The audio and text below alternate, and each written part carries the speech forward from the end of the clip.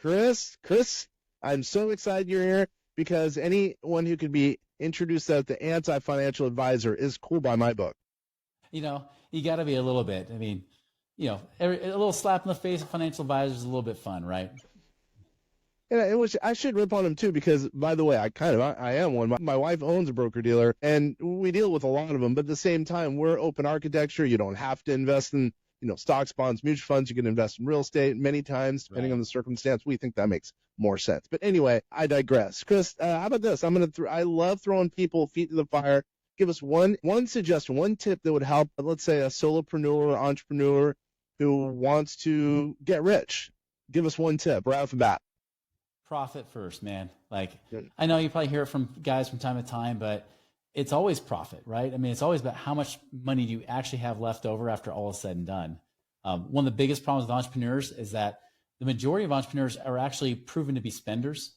And that's why they became entrepreneurs, right? Because they really realize, listen, I want to be able to make as much money as I can because I want to be able to spend the way I can. And there's nothing wrong with spending. Trust me, spending and enjoying life is great. But I just teach that you need to be a wise steward. It's not about being a penny pinching, miserly, crappy saver. It's also not about being an irresponsible spender. It's about being right in the middle, which is a steward. Steward says, I'm willing to use money, but I want to use money in a way that it comes back to generate more money and to magnify and amplify and bless more lives. And that's what a steward does. And that's how anybody, the best way to create more wealth is to figure out how to become a wiser steward. Look at you. That sounds kind of cool. I like that. So tell us a little bit about yourself. Why is it that you're here hanging out with us? Because you got to be cool to be hanging out with us. Well, like I said, you have a name like an anti-financial advisor. You got to be kind of a little bit cool, right? Mm-hmm. But I didn't start that way. I actually started out in my professional career as an entrepreneur. I actually started out as a financial advisor. I did it because I was hoping that I would give my dad some of his life back because he was that hardworking guy. He was traveling around and doing stuff, trying to take care of us kids. And, he always taught us your word is your bond, that kind of stuff, and work hard. But the problem was that he would also say things like, we don't have enough money. We can't afford this. What do you think I am, made of money? When money doesn't grow on trees, that kind of stuff you hear growing up. And he would even tell me, he's like, Chris, I think my job will literally kill me. And by his 40s, he already had strokes. 50s, he already had heart attacks. Even to this day, he actually just celebrated his 80th birthday last month. And the guy is a walking miracle. He's had 12 stents put in his arteries. Dude. He's seriously a bionic man, right? And so, I didn't want to live the life like he was living. And I also wanted to see if I can give him some of his life back. So that's why I became a financial advisor. Well, 4 years into it, I started really enjoying being my own boss and as an entrepreneur. And, 4 years in, he said, well, Chris, why don't you advise me? So I sat down with him, looked at all of his numbers. And I said, Dad, I'll be honest. You're 61 years old. And even though you paid off all your debt, including your house in 18 years, and you've been stuffing money in your 401k for the last few decades in the traditional mutual funds, thanks to things like Y2K and whatnot, you're now, if you want to retire today, you better hope you die in 5 years because that's when you're going to run out of money. Mm-hmm. And this is the guy who was the penny pinching saver, right? So he's the guy who was like Dave Ramsey's older brother that Dave Ramsey looked up to. And yet my dad still couldn't retire. And that bothered me. And of course, when the student's ready, the teacher appears.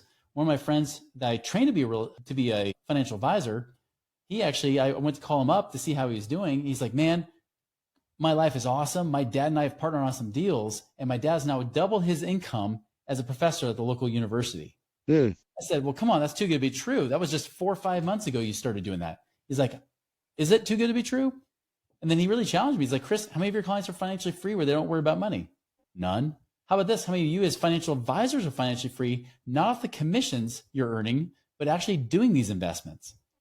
And when I knew there was guys working there since the late 1970s and they couldn't retire either, I knew there was a problem. Mm-hmm. So I quit. Vowed never to go back, started learning about real estate investing and passive income and how it's not about accumulating all your money. It's about getting your money to pay you. And later that next year, I was actually able to retire when I was 28 years old, right before the Great Recession hit, which was awesome timing, right? So actually, that's why when people say, how'd you retire twice? Easy. I screwed up the first time. I was able to retire with my real estate in 2007 or 2006.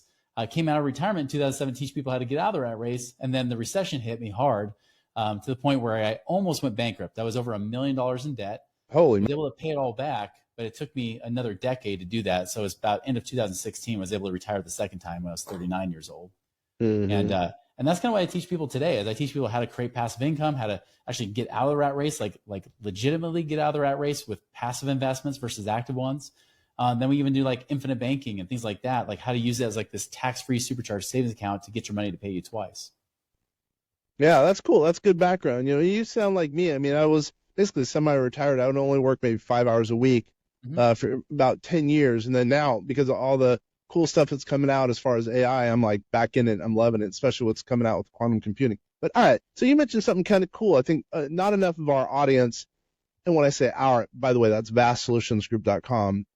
So I should probably throw that out. By the way, again, my name's Ken, a friend. Our audience doesn't know enough about infinite banking. So let's chat about that. I think a lot of people should at least know about it. It's an alternative that people should know about, especially in our world, in the investments field. So why don't you go ahead and explain a little bit about what that is and the basics, and then we'll kind of take a couple of steps further along the spectrum. Yeah, there's a lot of people teaching about it nowadays, right? Especially in the real estate space. Unfortunately, half of it's crap some of the time, Here's how I see it. And this is from a more of an investor perspective. Most guys will teach you this from an insurance agent perspective. They always teach you like it's some like supplemental retirement account because you're using whole life insurance, which is like the most boring thing you could possibly put money into, right? You're using that to save up money and then live on a retirement. Or, what you hear people with infinite banking, they'll teach you, oh, you use this like a checkbook, right? Like you're going to use this to pay all your bills and you'll pay your cars with this and pay yourself back, which is actually a lie. You do not pay yourself back, but they'll use that kind of phrase and things like that, right? Here's what I know it to be, right? Because I was trained just like a lot of people have heard it online and on social media and whatnot, is that it's really a tax-free supercharged savings account. And if you use it correctly with the right design kind of policy, you can actually use it to generate money twice. You can get your investments to pay you twice. So what do I mean by that? So I'll tell you, like the first time I heard about it, I heard about the whole Nelson Nash, be your own banker, the typical, the Bible of it, right? And it's a little bit of an outdated book nowadays. But when I talk about quitting being a financial advisor and going to do real estate, I heard about this for the first time ever then. Never heard about it as a financial advisor, but heard about it then. And I had a friend that did it, and he was the one that everybody recommended. So I set up a policy. And I remember looking at it because I had an insurance license, right? I was in the marketplace, so to speak. And I said, man, this thing is really expensive. Is there a way we can adjust the numbers and make it cheaper? And he said, no, you can't. Because if you do, you'll get taxed. Because here's the thing. It's like a Roth IRA where you can put in. The difference though is that you're not limited to like $6,000 a year, right? Like you can actually put in almost as much as you want into these kind of plans within reason. But it grows tax-free, comes out tax-free, right? And even when you die, it pays you out tax-free. That's right. But it's got the death benefit, but it's also got this cash value, this savings account that's a part of it, a tax-free savings account that's inside of it. This is the part everybody's talking about. They're not talking about the death benefit as much as this. But my friend, he was all about the death benefit and then the cash he'll have down the road. So I bought it. 2 years later, like I said, the recession kicked my butt. I was in the hole $15,000 a month. I couldn't keep paying $1,000 a month into this plan. So even after I put in 25 grand, there was nothing to show for it. So when I couldn't make that $1,000 a month payment, I lost the policy, right? Just like if you can't make any insurance payment, it's gone. Well, I lost it. Months later, I found out he lied to me. I found out that I could have actually designed it to have cash in there from day one. And having gone through what I went through with the economy, I would have been able to keep it long term, but I couldn't because of the way he set it up. And I confronted him on it. I actually debated him for 2 hours, showing him my own numbers because I ran my own insurance numbers to say, here, if we did it this way, this would have been better. And he finally admitted to me, he said, Chris, the only reason I did it that way is because I could not afford to cut my commissions. Oh, dude, come on. I know. Yeah, when you said there's a high death benefit, usually death benefits are equivalent to, well, it is a high death benefit, by the way. It's equivalent to that, but it's also equivalent to higher commission for the agent in some cases. Exactly. The higher the insurance cost, the more the insurance agent makes. Well, really, since 2008, right, I started like really trying to create my own and revising this over the years to where I've kind of got to an art where nobody does it better, right? Nobody gets the best bang for your buck for the money you put in, because what you said, we do the opposite. We lower the death benefit as low as you can possibly get it while keeping it tax-free. And so we found just cool little different ways and things we could tweak to make it work in different situations where it's actually really simple and easy. And it becomes really more like a tax-free savings account where instead of taking 15 years before you finally have as much cash as what you paid into it. So if you paid into it for $10,000 a year for 15 years, you finally have 150 grand. Instead, usually by 5 or 6 years, you have as much money as you paid into it. Yeah. And so watch out for things out there. Like there's a lot of people out there, even in the real estate space, teaching you like dump in a ton of cash up front and pay very little on the back end. The reason they tell you to do that is because the bulk of the insurance costs with whole life is up front. It's the opposite of term insurance. You know how term insurance gets more expensive as you get older? Whole life does the opposite. It's expensive up front, it's front loaded, and then it gets cheaper as time goes on. Well, insurance agents know this. If you dump in a bunch of cash because of those IRS tax limits, they make you get a higher death benefit. I had one friend that's actually in a mastermind group that we're a part of, and the guy told him, he's like, yeah, throw in $750,000 up front and then just pay, a couple $100,000 a year thereafter. After I talked to the guy, I said, no, don't do that. Pay $250,000 up front and just pay $250,000 a year.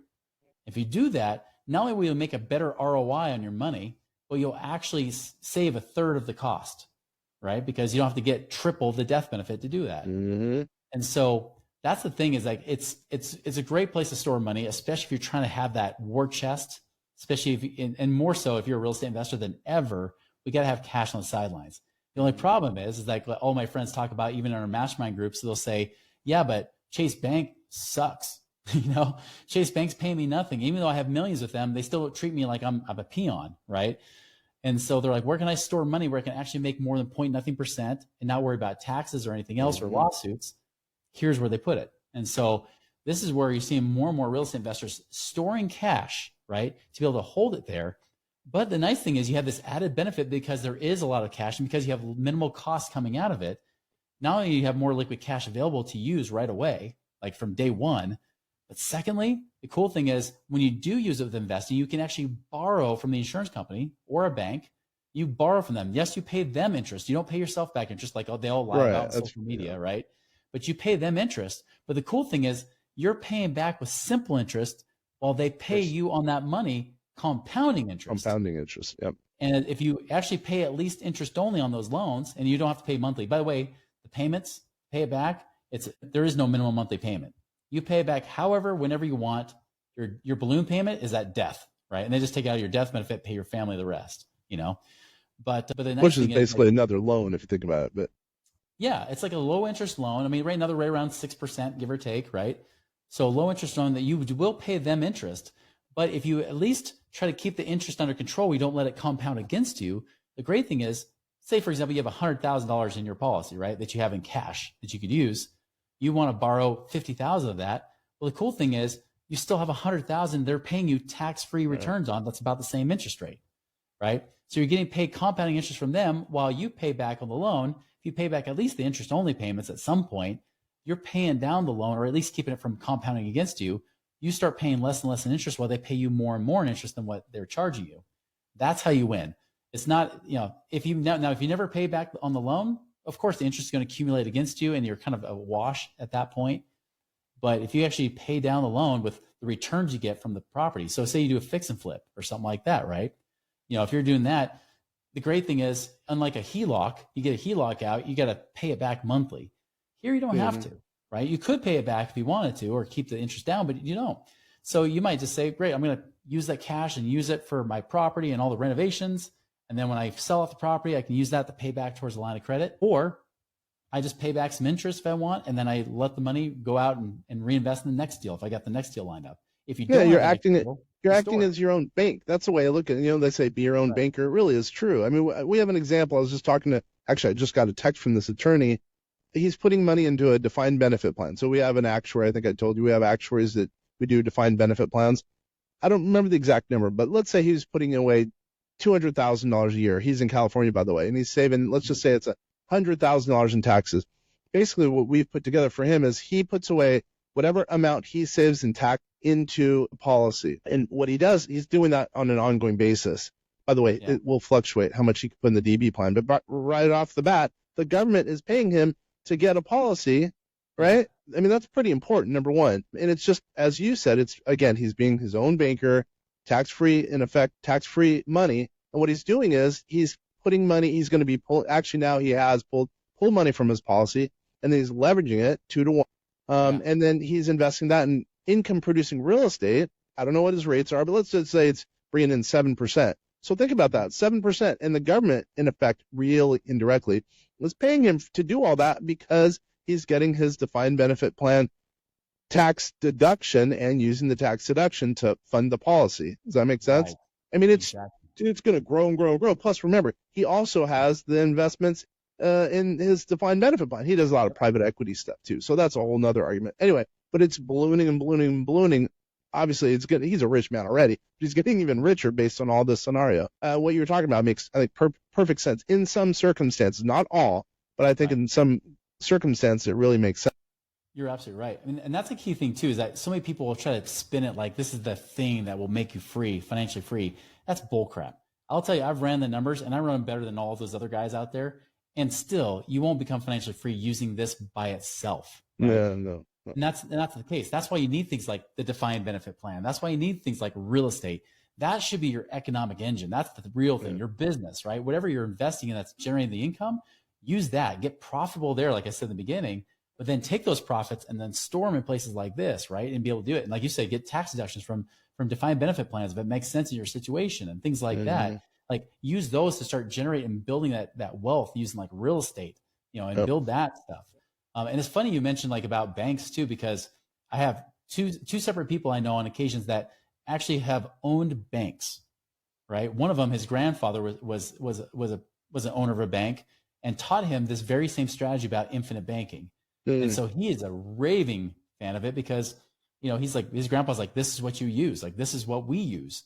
And in fact, I even knew another person that he was talking with someone who owned the bank. His whole family owned the bank and they don't even store their money in their own bank. It's their bank and they won't even store it there. They will put it inside the life insurance instead because there's way more protection, tax benefits and everything else. And they can still leverage that. Like you said, especially when you're a bank, you can leverage like 10-to-1 ratios, because of this tier 1 capital, as they call it. Right. So they're able to loan out so much more just by holding money there, so it's not like this is a new thing. This has been something that's been used for many, many, many years, but it's becoming more mainstream thanks to social media, thanks to YouTube and things like that. You're starting to see more and more people use it. And again, like I tell people, like the best way I've found to use it as an investor is it's a great place to store cash. And then above and beyond like my emergency fund for my business, my personal life and all that stuff, above and beyond it, then it's free game to use to invest too. But I'll tell you lately, especially the market's been going, I'm like, man, there are some amazing deals coming down the pipeline. Like I don't mind if I don't invest all this money. I'm like letting it store.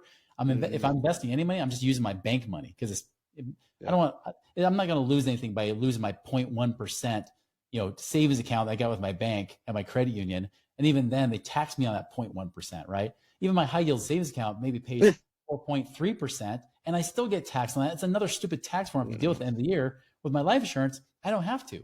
And I can use it as reserves when I get a loan. Like when I go get a mortgage, I don't even send them bank statements anymore. I just send them my life insurance statement and say, look, I've got cash reserves. They say, check, you got the loan. Thanks. Yeah, that's very true. And by the way, you brought up something. I can't let this fall by the wayside. You brought up the point that you were talking to someone else in a mastermind, and it sounds like he might have had, let's say, incorrect viewpoint on the whole project. If you think about it, you really have to, and this is for all the listeners and viewers out there, you really have to get illustrations, because if you can compare one illustration to the next and one looks great, one doesn't look great, or one fits your situation, we'll go with the one that fits your situation. People really don't get illustrations, which shows the numbers. Some of it's prognosticative in measure, but not normally. It usually will help in a lot of instances. Yeah, that's exactly it. I mean, and you want to make sure it's good apples to apples too, because that's a hard thing. You start getting all these numbers like, well, now what? How do I read this, right? And that's why, like, I always tell people flat out, like, we kind of call it like no BS infinite banking that we do, right? Because it's like, listen, if somebody actually has it better, which is very, very rare, it's like once every few years, I might run into a case where they match us or beat our numbers. Very rare. And if they beat us, we figure out how they did it, so then they can't beat us again. Yeah, I get that. Yeah. But because we always, again, we try to minimize those costs as low as we can get it, so we maximize the returns. But yeah, it has to be apples to apples, because I had somebody that said, hey, this person actually beat your numbers. Well, then when we looked at it, it says, no, they didn't. Like they actually broke it. One, they didn't even use the same numbers. And then two, they even had to break it to where it actually would charge you taxes. So it wasn't even tax free. They had to break it that way because they didn't know how to beat my numbers unless they finally just put too much in compared to the death benefit they had set up, So it was a taxable life insurance policy rather than a tax-free one that's hidden from creditors and lawsuits and all that kind of stuff. Well, they meched it or something. That's weird. Exactly. That's exactly what they did. Yeah, exactly. they did. Okay, I gotcha. All right. So, Chris, by the way, how do we get a hold of you? How does someone get a hold of you if they're interested in infinite banking or any of the other stuff that you do? Just look up Money Ripples, whether it's moneyripples.com, like you can even book a call to in the infinite banking section there, or any other stuff that we have, or even just on social media. We got our podcast called the Money Ripples Podcast. Social media is all at Money Ripples, so everything's branded Money Ripples. Money Ripples, and I assume that's MONEYRIPPLES, correct? That's right. Yep. No N. There's an R in there. It's not Money Nipples. It's Money Ripples. Right. I didn't even think of that. That was good. Nice joke. This is funny. It's actually a true story, man. I was actually like interviewing with Entrepreneur Magazine, and so I'm super pumped for the interview. I'm like, this is a big time magazine here. And then at the end of the podcast interview they did for the interview, the guy's like, all right, that's Chris Miles with Money Nipples. I'm like, no, do not go there. You'll probably find some other group, not me. Well, hopefully you bought that, so if anyone goes in mistake, by mistake, they go there. All right, so that was funny. All right, so hold on. So you not only do, and I shouldn't throw a curveball at like this, but what else is it that you do? I mean, I love that concept. More of our people who are listening and watching should go, and listen, and maybe listen to you, listen to other people about infinite banking. But what is it else that you do? Yeah, my belief is that if you do anything in business, you should be the best. And if you're not the best, refer to somebody who is, right? And so we only do two things. We do that, of course, the infinite banking design and setup and everything.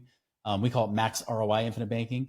And then two, we also do passive income consulting, which is like one-on-one help, like where people say, hey, my financial advisor is just trying to pitch me a bunch of mutual funds and whatnot. Can somebody actually help me in this alternative space? Like, is there a way I create passive income, retire decades sooner than I would if I just did this traditional mutual fund crap that they always try to sell me on, right? Because as I know, as a financial advisor, although we were all good-hearted, still we're salesmen in suits at the end of the day, right? We just offered what we were able to offer based on our licenses. And so we kind of open up that perspective to say, what else could you be doing that could actually help you become what I call work optional, where you work because you want to, not because you have to, and you can do it faster. So what do you mean? Help me to understand that. I assume real estate, but go into a little bit more detail, because if you can add some value to some of our listeners and viewers out there, I will love you even more than I do right now. Well, good. Not going to do too much lovey here, but especially because you said Money Nipple on our show. That's right. No one else will ever say that. Hopefully not. So give you an example. Like I had one guy that he found us through our podcast. He heard me on another podcast like this, on another real estate podcast, and he was trying to figure out what to do because he had $1 million in his retirement plan after he retired from the military. Okay. Now, he went to his financial advisor, and the financial advisor told him to do exactly what every financial advisor has been trained to do, which was good. Unfortunately, it wasn't enough, because financial advisors are now telling people you should only retire on 3% of the money you have. Well, 3% of $1 million is $30,000 a year, right? And they do that because they know that with all the ups and downs and depending where you put your money and people are living longer, 4% rule, that thing was debunked like decades ago. The 3% rule is a little bit closer to reality. Dan's thinking, wait, $30,000 a year and I'm a millionaire? That's like a broke millionaire. I'm living below the poverty line in the state of California. That's not good. So when he found us, we said, well, let's look at other options, right? So he went and he bought a couple of duplexes with that, like put some down payments on some duplexes, mortgaged the rest. So he got some better cash flow, bang for his buck. He even did some apartment syndications. He even did some things in the oil and gas space. And the next thing you know, he's making over $100,000 a year income without touching his $1 million. And so that's the difference. Is like, it's really, we're not investment advisors. We don't cross the line saying you should do this or should do that, but we are strategists and connectors. We can say, based on your situation, this might be a better fit. Like, for example, maybe you should be like, I know you deal with like self-directed IRAs. Maybe you should be rolling that money into a self-directed and invest in alternatives. Maybe you should be paying off this debt. Maybe you shouldn't pay off that debt, right? Maybe you should do this to actually save some money on your tax returns, because you're getting beat up by the IRS right now, right? If you're a real estate investor, you should not be getting beat up by the IRS. You probably are showing them like you're a pauper at this point. If you're showing real estate losses, at least, unless you're a wholesaler, that's a different story. But like all that kind of stuff, right? Like, and can we put it in, like, do we lend it? Do we go and do it? I mean, there's even investments like partnerships where I'm in a raw land partnership. I put in $450,000, but it's paying over $11,000 a month, right? Like, so just things that are passive investments. We help you strategize and then connect you with people that actually have a good track record of doing those kind of deals. No, I see. So you connect with investment groups in that regard. Yeah, so we don't raise any capital ourselves. Yeah. We're not like trying to sell our own, our own syndication or anything like that. Like we're literally just, be able to say, here, based on your situation, your goals, here's some good people you should talk to. Got See it. which ones feel like a better fit. Got it. I like that. Very simple. Two things. You don't do a whole bunch of things. We probably do too many things. We do tax, finance, or artificial intelligence, and 1,000 other things. But luckily, we're pretty darn good at all the stuff we do. But two things really: infinite banking and being a broker for passive income for the most part. That sounds like that's you in a nutshell, correct? That's correct. Yeah, I like that. I like that. All right. So here, let's get ready to land this plane. So give me one little thing that we have not talked about that can add value to a listener or viewer. And usually, again, solopreneur, entrepreneur, real estate investor, and they want, more dough at the end of the day. And it's totally open to you. Give me some ideas. Yeah, here's 3 pieces of advice I give you is get lean, get liquid, and get out. Get lean, get liquid, and get out. So get lean means, kind of like I said at the beginning of the show, get profitable, right? Like make sure that you're being a wise steward. There is no doubt that there's things coming out in the media finally saying, hey, our economy is not as strong as we thought it was, right? I mean, the stock market had been booming, Bitcoin had been booming, everything's been going crazy. Now all of a sudden, reality is starting to set in. Basically, the bigger the party, the bigger the hangover, right? And we're just starting to realize that the party's ending and the hangover, the headaches are starting to kick in. So that's what we're starting to see right now. And so we got to make sure that we're prepared for that. So make sure that you are getting lean in your business. Get lean at home. Like don't just blow all your cash. Like make sure you're starting to keep that cash, but don't just lock it away forever, right? Don't lock it in places where you can't touch it. For example, like a lot of times people are told to lock all their money by paying off their house. Well, I did that in the last recession back in 2007. Well, when I tried to get a cash out refinance, they said, sorry, we don't like you because you're a business owner. We will not give you any lending. Yep. And so I had all this equity trapped in the property. And because that was tightening the credit market, my values came down. All my equity disappeared. I would have been better off keeping that money in cash in my pocket. And that's what I mean by being liquid. That's why infinite banking is a great strategy, because at least you can store it somewhere where you're making tax-free, decent returns of at least 5 or 6% a year, right? And then get it out, right? Once you have that money liquid, then it's get it out. How do I get it out to actually start generating passive income for myself so that I do get myself to that place where I'm work optional. I work because I want to, not because I have to. Look at you. I like that. And by the way, can you do business all over the state, all over the country? I can, yep. A mini in every state. And for, say, someone's an investor in Washington, you can work with them, and they can do investment. What am I doing? I don't know what's going on with my talking today. Infinite investing in, let's say, Florida as an example. Yeah, we're licensed in all the states when it comes to infinite banking, even coaching people. We get a lot of people from the West Coast, get a lot of people from Texas and Florida. Pretty much where there's Republicans, we got fans for sure, it seems like. But the funny thing is, we even got a lot of people in California that aren't Republicans. So who knows? It be where there's money. Jersey, we get a lot of people. Here's the funny thing. We get a lot of people from Minnesota. I don't know why. I mean, it's because my mom was born in Minnesota. I don't know. Or she moved to Minnesota. She was a kid, but I don't know. But whatever reason, there's a lot of people from Minnesota that find us too. All right. So rest assured, you guys can help. It sounds like pretty much anyone. And you will work with anyone. Do you have any minimums, by the way? For infinite banking, I recommend don't do that strategy unless you have at least 5,000 to 10,000 a year that you could start saving, each year. And then on the passive income side, when people will say, how much money should I have before I start investing? I would wait till you have at least 150,000, give or take. Once you have that much, then you can diversify and do more things. Where if you only have like $50,000, there's not a lot you can do, and you might be too heavy into one deal that may or may not work out for you. Got it. All right, you've added some value in just a short 28 minutes that we've talked. I really appreciate you spending the time, man. It's I believe in, we again should be talking a little bit more about infinite banking because I think it's the way to go. I know you and I see eye to eye on real estate, passive income. I think it's the way to go. I think that more people need to hear the story of both, and I like what you're talking about. I love it, man. All right, cool. Hey, everyone, thank you so much. Once again, this is Ken French of VastSolutionsGroup.com. We're here to help you. You're listening to the Vast Voice, telling business secrets to entrepreneurs. Once again, Chris, thanks. Thanks, Kenner.